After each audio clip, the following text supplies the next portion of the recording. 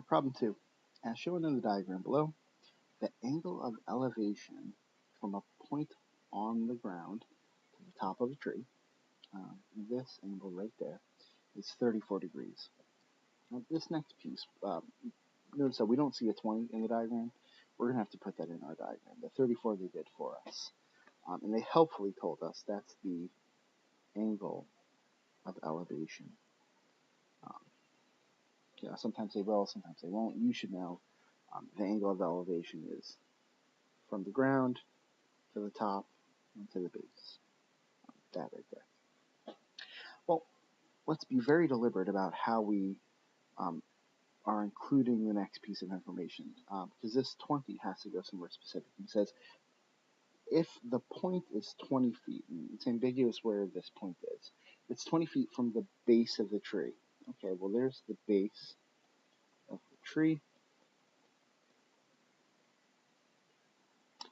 What is the height of the tree? And right there, that gives it away.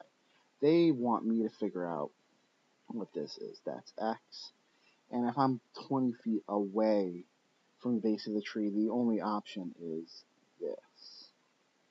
So they're talking that point that formed the angle of elevation. So this side here is 20 feet. And here's what they want me to figure out. To the nearest tenth of a foot, what's the height? Okay, well, this is trig because I have an angle, a right triangle, and I'm trying to find a side. So I'm going to write my trig functions, sol, ka, and toa. And now I'm going to start labeling my triangle with the hypotenuse first, because that's always across the 90-degree angle. Then I'm going to label the opposite side, what's opposite my reference angle.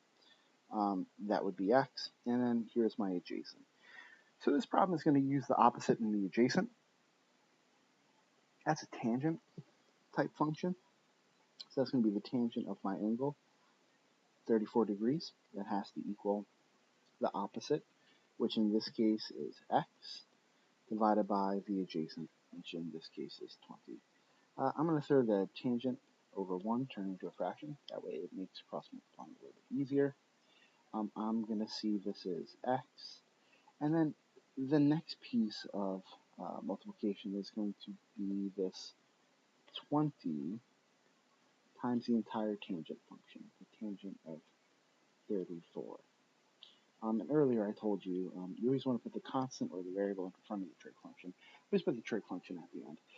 Because when we go to evaluate x, because x is equal to this, just 20 times tangent of 34, it makes it very easy for us to type into the calculator. 20 tangent 34. If you don't like that, you can do 20 times tangent of 34. And we're still going to get the same thing, 13.490. If we did it the other way around, if we did tangent of 34, you might try and just, you might forget to close that off and then do times 20. If you do it that way, it works. But a common mistake is you'll see this, tangent of 34, and then you'll times the 20. And what that's really saying is it's the tangent of the angle 34 times 20, and that doesn't make sense. And that's why you're going to get this weird negative number. So moral of the story is put the constant out in front and then your trig function.